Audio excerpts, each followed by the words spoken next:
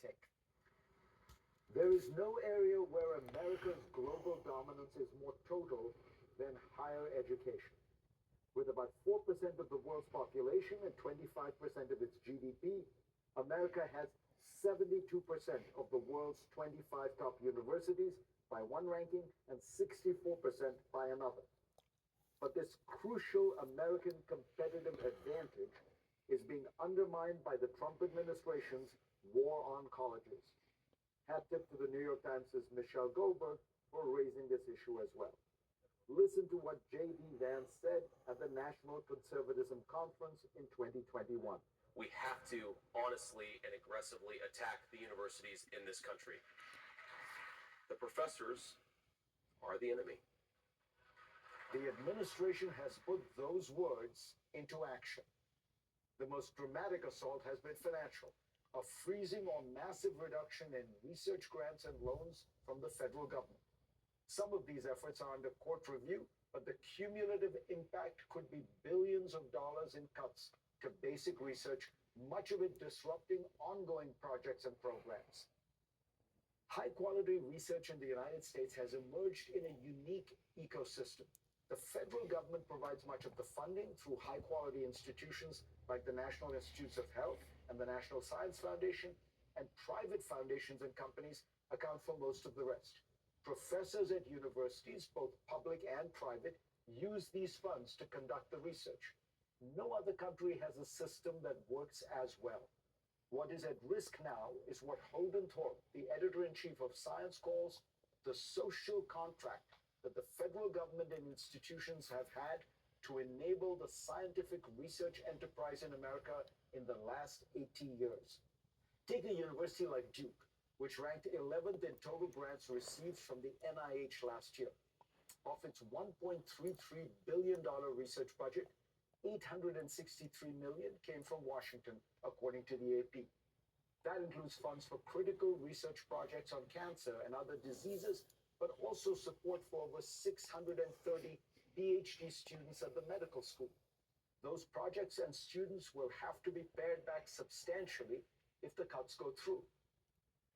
One crucial mechanism to cut funding is through a massive reduction in the overhead or indirect costs that universities get reimbursed for from the federal government. Overhead often makes up to 40 or 50% of a grant. But last month, the NIH ordered that it had to be capped at 15%. This sounds more rational. Universities often divide their costs on science grants into research costs, the salaries of the professors and graduate students, and overhead, the costs of the buildings, labs, energy, and utilities, and administrative staff. When you are building a complex lab to conduct experiments, the structure and equipment is often more costly than the salaries and stipends of the researchers. Michigan State University has declared that these cuts could make it stop construction of a $330 million research building for cancer, cardiovascular disease, and neuroscience studies. Government funding plays a unique role. It often supports basic research, the kind that companies have less incentive to do, and its results cannot be hoarded by any one company, but rather are provided free to the entire scientific and technological community so that all can use it to experiment and innovate. The mapping of the human genome, for example, cost less than $3 billion and took 13 years. Because it was government funded, one of its key requirements was that the research should be made publicly available for all within 24 hours of being generated. The other assault on the universities is a strange new attack on free speech. It began from a principled critique that bureaucracies, universities, and elites had all become woke. True. But the government's response to this problem has been Orwellian, searching through these institutions for any mentions of the word diversity or identity or inclusion, and then shutting down those programs without any review. Worse, it now punishes universities for having on their campuses people who might espouse certain views on topics like Israel and Palestine, and now is punishing the protesters themselves. Now, I have long argued that universities have a huge problem.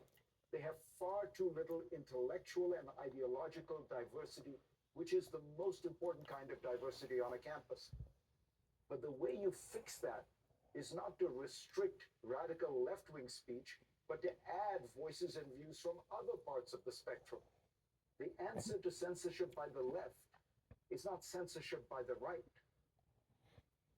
The fury with which the Trump administration has turned on academia resembles nothing so much as the early days of the Cultural Revolution, when an increasingly paranoid Mao Zedong smashed China's established universities, a madness that took generations to remedy.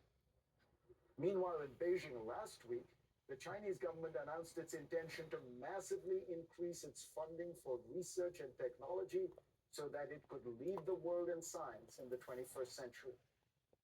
So, as America seems to be copying the worst aspects of China's recent history, China is copying the best aspects of America's, striving to take the edge as America goes through its own cultural revolution. Go to CNN.com/Fareed for a link to my Washington Post column this week.